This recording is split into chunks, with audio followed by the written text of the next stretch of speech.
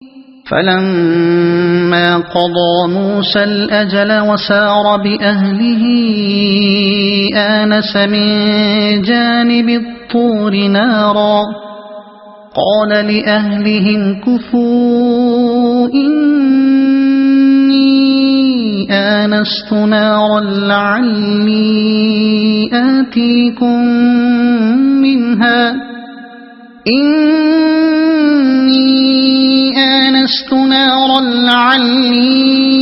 آتيكم منها بخبر أو جذوة من النار لعلكم تصطلون۔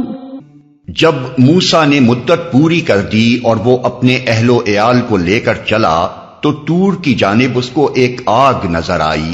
اس نے اپنے گھر والوں سے کہا، ٹھہرو، میں نے ایک آگ دیکھی ہے، شاید میں وہاں سے کوئی خبر لے آؤں یا اس آگ سے کوئی انگارہ ہی اٹھا لاؤں جس سے تم تاپ سکو۔ جب موسیٰ نے مدت پوری کر دی۔ حضرت حسن بن علی ابن ابی طالب رضی اللہ عنہما فرماتے ہیں کہ حضرت موسیٰ علیہ السلام نے 8 کے بجائے 10 سال کی مدت پوری کی تھی۔ ابن عباس رضی اللہ عنہ کی روایت یہ ہے کہ یہ بات خود نبی صلی اللہ علیہ وسلم سے مروی ہے۔ حضور نے فرمایا، موسیٰ علیہ السلام نے دونوں مدتوں میں سے وہ مدت پوری کی جو زیادہ کامل اور ان کے خسر کے لیے زیادہ خوشگوار تھی، یعنی 10 سال۔ ایک آگ نظر آئی۔ اس سفر کا رخ طور کی جانب ہونے سے یہ خیال ہوتا ہے کہ حضرت موسیٰ علیہ السلام اپنے اہل و عیال کو لے کر مصر ہی جانا چاہتے ہوں گے، اس لیے کہ طور اس راستے پر ہے جو مدین سے مصر کی طرف جاتا ہے۔ غالباً حضرت موسیٰ علیہ السلام نے خیال کیا ہوگا کہ 10 سال گزر چکے ہیں، وہ فرعون بھی مر چکا ہے جس کی حکومت کے زمانے میں وہ مصر سے نکلے تھے، اب اگر خاموشی کے ساتھ وہاں چلا جاؤں اور اپنے خاندان والوں کے ساتھ رہ پڑوں تو شاید کسی کو میرا پتہ بھی نہ چلے۔ بائبل کا بیان یہاں واقعات کی ترتیب میں قرآن کے بیان سے بالکل مختلف ہے۔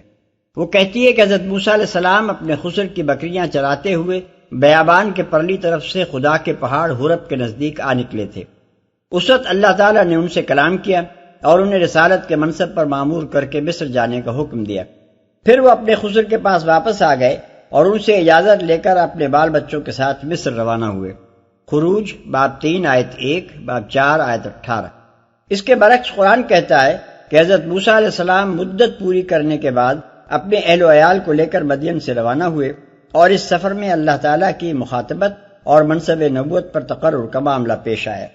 بائبل اور تلمود دونوں کا متفقہ بیان ہے کہ حضرت موسیٰ علیہ السلام کے زمانے قیام مدین میں وہ فرعون مر چکا تھا جس کے ہاں انہوں نے پرورش پائی تھی، اور اب ایک دوسرا فرعون مصر کا فرما روا تھا۔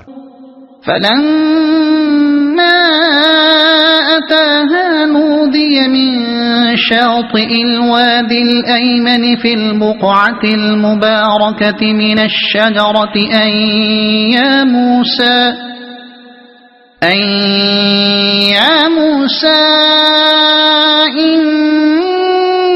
إني أنا الله رب العالمين۔ وہاں پہنچا تو وادی کے داہنے کنارے پر مبارک خطے میں ایک درخت سے پکارا گیا کہ اے موسیٰ، میں ہی اللہ ہوں، سارے جہان والوں کا مالک۔ وادی کے داہنے کنارے پر، یعنی اس کنارے پر جو حضرت موسیٰ علیہ السلام کے داہنے ہاتھ کی طرف تھا۔ مبارک خطے میں، یعنی اس خطے میں جو نور تجلی سے روشن ہو رہا تھا۔ وَأَنْ أَلْقِ عَصَاكَ فَلَمَّا رَآهَا تَهْتَزُّ كَأَنَّهَا جَانٌّ وَلَّا مُدْبِرًا وَلَمْ يُعَقِّبْ يَا مُوسَى أَقْبِلْ وَلَا تَخَفْ إِنَّكَ مِنَ الْآمِنِينَ اسلك يدك في جيبك تخرج بيضاء من غير سوء واضمم إليك جناحك من الرهب فذلك برهانان من ربك إلى فرعون وملئه إنهم كانوا قوما فاسقين۔ اور حکم دیا گیا کہ پھینک دے اپنی لاٹھی۔ جو ہی کہ موسیٰ نے دیکھا کہ وہ لاٹھی سانپ کی طرح بل کھا رہی ہے تو وہ پیٹ پھیر کر بھاگا اور اس نے مڑ کر بھی نہ دیکھا۔ ارشاد ہوا، موسیٰ پلٹا اور خوف نہ کر، تو بالکل محفوظ ہے، اپنا ہاتھ گریبان میں ڈال، چمکتا ہوا نکلے گا بغیر کسی تکلیف کے، اور خوف سے بچنے کے لیے اپنا بازو بھینچ لے۔ یہ دو روشن نشانیاں ہیں تیرے رب کی طرف سے فرعون اور اس کے درباریوں کے سامنے پیش کرنے کے لیے، وہ بڑے نافرمان لوگ ہیں۔ چمکتا ہوا نکلے گا بغیر کسی تکلیف کے۔ یہ دونوں معجزے اس وقت حضرت موسیٰ علیہ السلام کو اس لیے دکھائے گئے کہ اول تو انہیں خود پوری طرح یقین ہو جائے کہ فی الواقع وہی ہستی ان سے مخاطب ہے جو کائنات کے پورے نظام کی خالق و مالک اور فرماروا ہے، اور دوسرے وہ ان معجزوں کو دیکھ کر مطمئن ہو جائیں کہ جس خطرناک مشن پر انہیں فرعون کی طرف بھیجا جا رہا ہے اس کا سامنا کرنے کے لیے وہ بالکل نہتے نہیں جائیں گے، بلکہ دو زبردست ہتھیار لے کر جائیں گے۔ اپنا بازو بھینچ لے، یعنی جب کبھی کوئی خطرناک موقع ایسا آئے جس سے تمہارے دل میں خوف پیدا ہو تو اپنا بازو بھینچ لیا کرو، اس سے تمہارا دل قوی ہو جائے گا اور رعب و دہشت کی کوئی کیفیت تمہارے اندر باقی نہ رہے گی۔ بازو سے مراد غالباً سیدھا بازو ہے، کیونکہ مطلقاً ہاتھ بول کر سیدھا ہاتھ ہی مراد لیا جاتا ہے۔ بھینچنے کی دو شکلیں ممکن ہیں، ایک یہ کہ بازو کو پہلو کے ساتھ لگا کر دبا لیا جائے، دوسری یہ کہ ایک ہاتھ کو دوسرے ہاتھ کی بغل میں رکھ کر دبایا جائے۔ اغلب یہ ہے کہ پہلی شکل ہی مراد ہوگی، کیونکہ اس صورت میں دوسرا کوئی شخص یہ محسوس نہیں کر سکتا کہ آدمی اپنے دل کا خوف دور کرنے کے لیے کوئی خاص عمل کر رہا ہے۔ حضرت موسیٰ علیہ السلام کو یہ تدبیر اس لیے بتائی گئی کہ وہ ایک ظالم حکومت کا مقابلہ کرنے کے لیے کسی لاؤ لشکر اور دنیاوی ساز و سامان کے بغیر بھیجے جا رہے تھے۔ بارہا ایسے خوفناک مواقع پیش آنے والے تھے جن میں ایک اولو العزم نبی تک دہشت سے محفوظ نہ رہ سکتا تھا۔ اللہ تعالیٰ نے فرمایا، جب کوئی ایسی صورت پیش آئے تم بس یہ عمل کر لیا کرو، فرعون اپنی پوری سلطنت کا زور لگا کر بھی تمہارے دل کی طاقت کو متزلزل نہ کر سکے گا۔ وہ بڑے نافرمان لوگ ہیں۔ ان الفاظ میں یہ مفہوم آپ سے آپ شامل ہے کہ یہ نشانیاں لے کر فرعون کے پاس جاؤ اور اللہ کے رسول کی حیثیت سے اپنے آپ کو پیش کر کے اسے اور اس کے آیان سلطنت کو اللہ رب العالمین کی اطاعت و بندگی کی طرف دعوت دو۔ اسی لیے یہاں اس ماموریت کی تصریح نہیں کی گئی ہے، البتہ دوسرے مقامات پر صراحت کے ساتھ یہ مضمون بیان کیا گیا ہے۔ سورہ طٰہٰ اور سورہ نازعات میں فرمایا، اذهب الى فرعون انه طغى، یعنی فرعون کے پاس جا کے وہ سرکش ہو گیا ہے۔ اور الشعراء میں فرمایا، اذ نادى ربك موسى ان ائت القوم الظالمین قوم فرعون، یعنی جب کہ پکارا تیرے رب نے موسیٰ کو کہ جا ظالم قوم کے پاس، فرعون کی قوم کے پاس۔ قال رب إني قتلت منهم نفسا فأخاف أن يقتلون وأخي هارون هو أفصح مني لسانا فأرسله معي يرد أن يصدقني إني أخاف أن يكذبون۔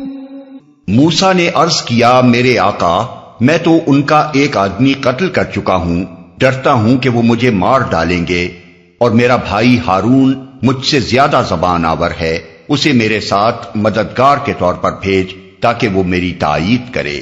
مجھے اندیشہ ہے کہ وہ لوگ مجھے جھٹلائیں گے، وہ مجھے مار ڈالیں گے۔ اس کا مطلب یہ نہیں تھا کہ اس ڈر سے میں وہاں نہیں جانا چاہتا، بلکہ مطلب یہ تھا کہ حضور کی طرف سے ایسا کوئی انتظام ہونا چاہیے کہ میرے پہنچتے ہی کسی بات چیت اور ادائے رسالت کی نوبت آنے سے پہلے وہ لوگ مجھے الزام قتل میں گرفتار نہ کر لیں، کیونکہ اس صورت میں تو وہ مقصد ہی فوت ہو جائے گا جس کے لیے مجھے اس مہم پر بھیجا جا رہا ہے۔ بات کی عبارت سے یہ بات خود واضح ہو جاتی ہے کہ حضرت موسیٰ علیہ السلام کی اس گزارش کا یہ مدعا ہرگز نہیں تھا کہ وہ ڈر کے مارے نبوت کا منصب قبول کرنے اور فرعون کے ہاں جانے سے انکار کرنا چاہتے تھے۔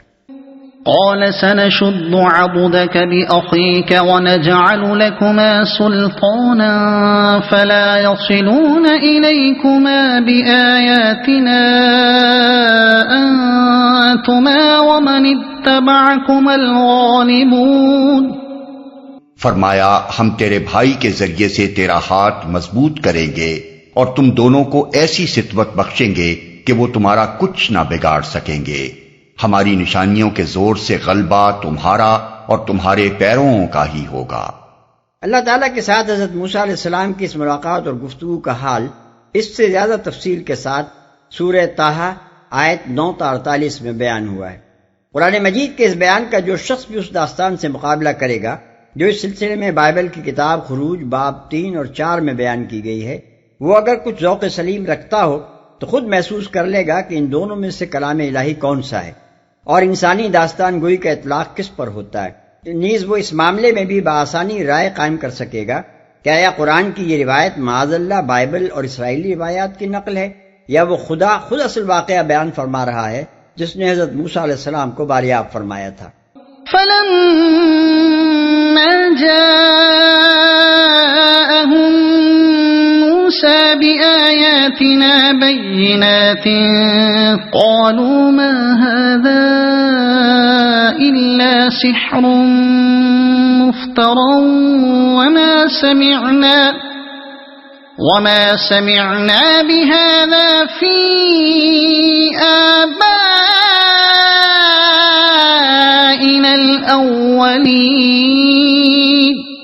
پھر جب موسیٰ ان لوگوں کے پاس ہماری کھلی کھلی نشانیاں لے کر پہنچا تو انہوں نے کہا یہ کچھ نہیں ہے مگر بناوٹی جادو، اور یہ باتیں تو ہم نے اپنے باپ دادا کے زمانے میں کبھی سنی ہی نہیں، مگر بناوٹی جادو۔ اصل الفاظ ہیں سحر مفترا، یعنی افترا کیا ہوا جادو۔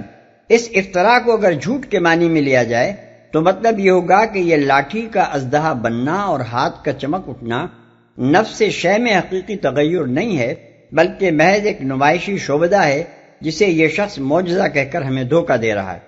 اور اگر اسے بناوٹ کے معنی میں لیا جائے تو مراد یہ ہوگی کہ یہ شخص کسی کرتب سے ایک ایسی چیز بنا لایا ہے جو دیکھنے میں لاٹھی معلوم ہوتی ہے مگر جب یہ اسے پھینک دیتا ہے تو سانپ نظر آنے لگتی ہے، اور اپنے ہاتھ پر بھی اس نے کوئی ایسی چیز مل لی ہے کہ اس کے بغل سے نکلنے کے بعد وہ یکایک چمک اٹھتا ہے۔ یہ مصنوعی طلسم اس نے خود تیار کیا ہے اور ہمیں یقین یہ دلا رہا ہے کہ یہ معجزے ہیں جو خدا نے اسے عطا کیے ہیں، کبھی سنی ہی نہیں۔ اشارہ ہے ان باتوں کی طرف جو تبلیغ رسالت کے سلسلے میں حضرت موسیٰ علیہ السلام نے پیش کی تھی۔ قرآن مجید میں دوسرے مقامات پر ان باتوں کی تفصیل دی گئی ہے۔ النازعات میں ہے کہ حضرت موسیٰ علیہ السلام نے اس سے کہا هل لك إلى أن تزكى وأهديك إلى ربك فتخشى، یعنی کیا تو پاکیزہ روش اختیار کرنے پر آمادہ ہے اور میں تجھے تیرے رب کی راہ بتاؤں تو خشیت اختیار کرے گا۔ سورہ طٰہٰ میں ہے کہ قد جئناک بآیۃ من ربک والسلام علی من اتبع الہدی انا قد اوحی الینا ان العذاب علی من کذب وتولی، یعنی ہم تیرے پاس تیرے رب کی نشانی لائے ہیں اور سلامتی ہے اس کے لیے جو راہ راست کی پیروی کرے، اور ہم پر وحی کی گئی ہے کہ سزا ہے اس کے لیے جو جھٹلائے اور منہ موڑے۔ اور انا رسول ربک فارسل معنا بنی اسرائیل، یعنی ہم تیرے رب کے پیغمبر ہیں، تو ہمارے ساتھ بنی اسرائیل کو جانے دے۔ انہی باتوں کے متعلق فرعون نے کہا کہ ہمارے باپ دادا نے بھی کبھی یہ نہیں سنا تھا کہ فرعون مصر سے اوپر بھی کوئی ایسی مقتدر ہستی ہے جو اس کو حکم دینے کی مجاز ہو، جو اسے سزا دے سکتی ہو، جو اسے ہدایات دینے کے لیے کسی آدمی کو اس کے دربار میں بھیجے اور جس سے ڈرنے کے لیے مصر کے بادشاہ سے کہا جائے۔ یہ تو نرالی باتیں ہیں جو آج ہم ایک شخص کی زبان سے سن رہے ہیں۔ وقال موسى ربي أعلم بمن جاء بالهدى من عنده ومن تكون له عاقبة الدار إنه لا يفلح الظالمون۔ موسیٰ نے جواب دیا میرا رب اس شخص کے حال سے خوب واقف ہے جو اس کی طرف سے ہدایت لے کر آیا ہے، اور وہی بہتر جانتا ہے کہ آخری انجام کس کا اچھا ہونا ہے۔ حق یہ ہے کہ ظالم کبھی فلاح نہیں پاتے۔ یعنی تو مجھے ساحر اور افترا پرداز قرار دیتا ہے، لیکن میرا رب میرے حال سے خوب واقف ہے۔ وہ جانتا ہے کہ جو شخص اس کی طرف سے رسول مقرر کیا گیا ہے وہ کیسا آدمی ہے، اور آخری انجام کا فیصلہ اسی کے ہاتھ میں ہے۔ میں جھوٹا ہوں تو میرا انجام برا ہوگا، اور تو جھوٹا ہے تو پھر خوب جان لے کہ تیرا انجام اچھا نہیں ہے۔ بہرحال یہ حقیقت اپنی جگہ اٹل ہے کہ ظالم کے لیے فلاح نہیں ہے۔ جو شخص خدا کا رسول نہ ہو اور جھوٹ موٹ کا رسول بن کر اپنا کوئی مفاد حاصل کرنا چاہے وہ بھی ظالم ہے اور فلاح سے محروم رہے گا، اور جو طرح طرح کے جھوٹے الزامات لگا کر سچے رسول کو جھٹلائے اور مکاریوں سے صداقت کو دبانا چاہے وہ بھی ظالم ہے اور اسے کبھی فلاح نصیب نہ ہوگی۔ وقال فرعون يا أيها الملأ ما علمت لكم من إله غيري فأوقد لي يا هامان على الطين فاجعل لي صرحا لعلي أطلع إلى إله موسى وإني لأظنه من الكاذبين۔ اور فرعون نے کہا اے اہل دربار، میں تو اپنے سوا تمہارے کسی خدا کو نہیں جانتا، حامان ذرا اینٹیں پکوا کر میرے لیے ایک اونچی عمارت تو بنوا، شاید کہ اس پر چڑھ کر میں موسیٰ کے خدا کو دیکھ سکوں، میں تو اسے جھوٹا سمجھتا ہوں، کسی خدا کو نہیں جانتا۔ اس قول سے فرعون کا مطلب ظاہر ہے کہ یہ نہیں تھا اور نہیں ہو سکتا تھا کہ میں ہی تمہارا اور زمین و آسمان کا خالق ہوں، کیونکہ ایسی بات صرف ایک پاگل ہی کے منہ سے نکل سکتی تھی، اور اسی طرح اس کا مطلب یہ بھی نہیں ہو سکتا تھا کہ میرے سوا تمہارا کوئی معبود نہیں ہے، کیونکہ اہل مصر کے مذہب میں بہت سے معبودوں کی پرستش ہوتی تھی، اور خود فرعون کو جس بنا پر معبودیت کا مرتبہ دیا گیا تھا وہ بھی صرف یہ تھی کہ اسے سورج دیوتا کا اوتار مانا جاتا تھا۔ سب سے بڑی شہادت قرآن مجید کی موجود ہے کہ فرعون خود بہت سے دیوتاؤں کا پرستار تھا، چنانچہ قرآن میں ارشاد ہوتا ہے وَقَالَ الْمَلَأُ مِنْ قَوْمِ فِرْعَوْنَ أَتَذَرُ مُوسَىٰ وَقَوْمَهُ لِيُفْسِدُ فِي الْأَرْضِ وَيَذَرَكَ وَآلِهَتَكَ، یعنی اور فرعون کی قوم کے سرداروں نے کہا کیا تو موسیٰ اور اس کی قوم کو چھوٹ دے دے گا کہ ملک میں فساد برپا کریں اور تجھے اور تیرے معبودوں کو چھوڑ دیں؟ الاعراف آیت 127۔ اس لیے لامحالہ یہاں فرعون نے لفظ خدا اپنے لیے بمانے خالق و معبود نہیں بلکہ بمانے مطاع و حاکم مطلق استعمال کیا تھا۔ اس کا مدعا یہ تھا کہ سرزمین مصر کا مالک میں ہوں، یہاں میرا حکم چلے گا، میرا ہی قانون یہاں قانون مانا جائے گا، میری ذات ہی یہاں امر و نہی کا سرچشمہ تسلیم کی جائے گی، کوئی دوسرا یہاں حکم چلانے کا مجاز نہیں ہے۔ یہ موسیٰ کون ہے جو رب العالمین کا نمائندہ بن کر آ کھڑا ہوا ہے اور مجھے اس طرح ایک کام سنا رہا ہے کہ گویا اصل فرمانروا یہ ہے اور میں اس کا تابع فرمان ہوں۔ اسی بنا پر اس نے اپنے دربار کے لوگوں کو مخاطب کر کے کہا تھا یا قومی الیس لی ملک مصر وہذہ الانہار تجری من تحتی، یعنی اے قوم کیا مصر کی بادشاہی میری ہی نہیں ہے اور یہ نہریں میرے تحت جاری نہیں ہیں؟ الزخرف آیت 51۔ اور اسی بنا پر وہ حضرت موسیٰ علیہ السلام سے بار بار کہتا تھا اجئتنا لتلفتنا اما وجدنا علیہ آباءنا وتکون لکم الکبریاء فی الارض، یعنی کیا تو اس لیے آیا ہے کہ ہمیں اس طریقے سے ہٹا دے جو ہمارے باپ دادا کے زمانے سے چلا آ رہا ہے اور اس ملک میں بڑائی تم دونوں بھائیوں کی ہو جائے؟ یونس آیت 78۔ مزید ارشاد ہوتا ہے اجئتنا لتخرجنا من ارضنا بسحرک یا موسیٰ، یعنی اے موسیٰ کیا تو اس لیے آیا ہے کہ ہمیں اپنے جادو کے زور سے ہماری زمین سے بے دخل کر دے؟ طٰہٰ آیت 57۔ انی اخاف ان یبدل دینکم او ان یظہر فی الارض الفساد، یعنی میں ڈرتا ہوں کہ یہ شخص تم لوگوں کا دین بدل ڈالے گا یا ملک میں فساد برپا کرے گا۔ المومن آیت 26۔ اس لحاظ سے اگر غور کیا جائے تو فرعون کی پوزیشن ان ریاستوں کی پوزیشن سے کچھ بھی مختلف نہیں ہے جو خدا کے پیغمبر کی لائی ہوئی شریعت سے آزاد و خود مختار ہو کر اپنی سیاسی اور قانونی حاکمیت کے مدعی ہیں، خواہ وہ سرچشمہ قانون اور صاحب امر و نہی کسی بادشاہ کو مانیں یا قوم کی مرضی کو۔ بہرحال جب تک وہ یہ موقف اختیار کیے ہوئے ہیں کہ ملک میں خدا اور اس کے رسول کا نہیں بلکہ ہمارا حکم چلے گا، اس وقت تک ان کے اور فرعون کے موقف میں کوئی اصولی فرق نہیں ہے۔ ابھی الگ بات ہے کہ بے شعور لوگ فرعون پر لعنت بھیجتے رہیں اور ان کو سند جواز عطا کرتے رہیں۔ حقائق کی سمجھ بوجھ رکھنے والا آدمی تو معنی اور روح کو دیکھے گا نہ کہ الفاظ اور اصطلاحات کو۔ آخر اس سے کیا فرق پڑتا ہے کہ فرعون نے اپنے لیے الہ کا لفظ استعمال کیا تھا اور یہ اسی معنی میں حاکمیت کی اصطلاح استعمال کرتی ہیں۔ اسے جھوٹا سمجھتا ہوں، یہ اسی قسم کی ذہنیت تھی جیسی موجودہ زمانے کے روسی کمیونسٹ ظاہر کر رہے ہیں۔ یہ اسپوٹنک اور لونک چھوڑ کر دنیا کو خبر دیتے ہیں کہ ہماری ان گیندوں کو اوپر کہیں خدا نہیں ملا۔ وہ بے وقوف ایک مینارے پر چڑھ کر خدا کو جھانکنا چاہتا تھا۔ اس سے معلوم ہوا کہ گمراہ لوگوں کے ذہن کی پرواز 3500 برس پہلے جہاں تک تھی آج بھی وہیں تک ہے۔ اس اعتبار سے ایک انگل بھر ترقی بھی وہ نہیں کر سکے۔ معلوم نہیں کس احمق نے ان کو یہ خبر دی تھی کہ خدا پرست لوگ جس رب العالمین کو مانتے ہیں وہ ان کے عقیدے کی روح سے اوپر کہیں بیٹھا ہوا ہے، اور اس اتھاہ کائنات میں زمین سے چند ہزار فیٹ یا چند لاکھ میل اوپر اٹھ کر اگر وہ انہیں نہ ملے تو یہ بات گویا بالکل ثابت ہو جائے گی کہ وہ کہیں موجود نہیں ہے۔ قرآن یہاں یہ نہیں کہتا کہ فرعون نے فی الواقع ایک عمارت اس غرض کے لیے بنوائی تھی اور اس پر چڑھ کر خدا کو جھانکنے کی کوشش بھی کی تھی، بلکہ وہ اس کے صرف اس قول کو نقل کرتا ہے۔ اس سے بظاہر یہی معلوم ہوتا ہے کہ اس نے عملاً یہ حماقت نہیں کی تھی، ان باتوں سے اس کا مدعا صرف بیوقوف بنانا تھا۔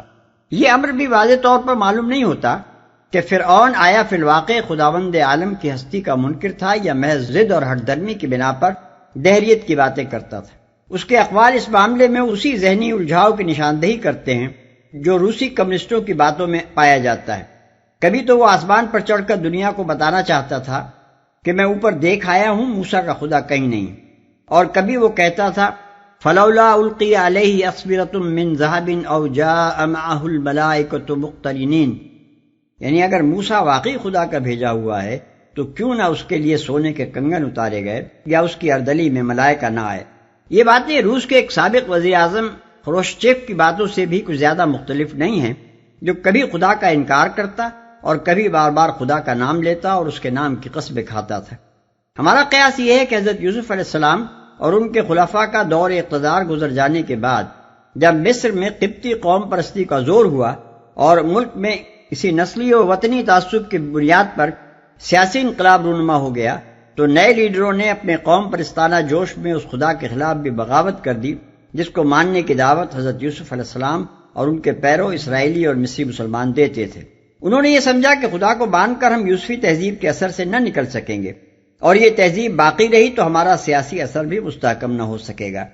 وہ خدا کے اقرار اور مسلم اقتدار کو لازم و ملزوم سمجھتے تھے، اس لیے ایک سے پیچھا چھڑانے کی خاطر دوسرے کا انکار ان کے نزدیک ضروری تھا، اگرچہ اس کا اقرار ان کے دل کی گہرائیوں سے کسی طرح نکالے نہ نکلتا تھا۔ واستكبر هو وجنوده في الأرض بغير الحق وظنوا أنهم إلينا لا يرجعون۔ اس نے اور اس کے لشکروں نے زمین میں بغیر کسی حق کے اپنی بڑائی کا گھمنڈ کیا اور سمجھے کہ انہیں کبھی ہماری طرف پلٹنا نہیں ہے۔ بڑائی کا گھمنڈ کیا، یعنی بڑائی کا حق تو اس کائنات میں صرف اللہ رب العالمین کو ہے، مگر فرعون اور اس کے لشکر زمین کے ایک ذرا سے خطے میں تھوڑا سا اقتدار پا کر یہ سمجھ بیٹھے ہیں کہ یہاں بڑے بس وہی ہیں، کبھی ہماری طرف پلٹنا نہیں ہے۔ یعنی انہوں نے اپنے آپ کو غیر مسئول سمجھ لیا اور یہ فرض کر کے خود مختارانہ کام کرنے لگے کہ انہیں جا کر کسی کے سامنے جواب دہی نہیں کرنی ہے۔ فَأَخَذْنَاهُ وَجُنُودَهُ فَنَبَذْنَاهُمْ فِي الْيَمِّ فَانظُرْ كَيْفَ كَانَ عَاقِبَةُ الظَّالِمِينَ۔ آخر کار ہم نے اسے اور اس کے لشکروں کو پکڑا اور سمندر میں پھینک دیا، اب دیکھ لو کہ ان ظالموں کا کیسا انجام ہوا۔ سمندر میں پھینک دیا۔ ان الفاظ میں اللہ تعالیٰ نے ان کے جھوٹے تکبر کے مقابلے میں ان کی بے حقیقتی اور ہیچ میرزی کی تصویر کھینچ دی ہے۔ وہ اپنے آپ کو بڑی چیز سمجھ بیٹھے تھے، مگر جب وہ مہلت جو خدا نے ان کو راہ راست پر آنے کے لیے دی تھی ختم ہو گئی تو انہیں اس طرح اٹھا کر سمندر میں پھینک دیا گیا جیسے کوڑا کرکٹ پھینکا جاتا ہے۔ وَجَعَلْنَاهُمْ أَئِمَّةً يَدْعُونَ إِلَى النَّارِ وَيَوْمَ الْقِيَامَةِ لَا يُنصَرُونَ۔ ہم نے انہیں جہنم کی طرف دعوت دینے والے پیش رو بنا دیا اور قیامت کے روز وہ کہیں سے کوئی مدد نہ پا سکیں گے۔ پیش رو بنا دیا، یعنی وہ بعد کی نسلوں کے لیے ایک مثال قائم کر گئے کہ ظلم یوں کیا جاتا ہے، انکار حق پر ڈٹ جانے اور آخر وقت تک ڈٹے رہنے کی شان یہ ہوتی ہے، اور صداقت کے مقابلے میں باطل پر لوگ ایسے ایسے ہتھیار استعمال کر سکتے ہیں۔ یہ سب راستے دنیا کو دکھا کر وہ جہنم کی طرف جا چکے ہیں، اور ان کے اخلاف اب انہی کے نقش قدم پر چل کر اسی منزل کے رخ لپکے جا رہے ہیں۔ وَأَتْبَعْنَاهُمْ فِي هَذِهِ الدُّنْيَا لَعْنَةً وَيَوْمَ الْقِيَامَةِ هُمْ مِنَ الْمَقْبُوحِينَ. ہم نے اس دنیا میں ان کے پیچھے لعنت لگا دی اور قیامت کے روز وہ بڑی قباحت میں مبتلا ہوں گے. اصل الفاظ ہیں قیامت کے روز وہ مقبوحین میں سے ہوں گے. اس کے کئی معنی ہو سکتے ہیں. وہ مردود و مطرود ہوں گے، اللہ کی رحمت سے بالکل محروم کر دیے جائیں گے، ان کی بری گت بنائی جائے گی اور ان کے چہرے بگاڑ دیے جائیں گے.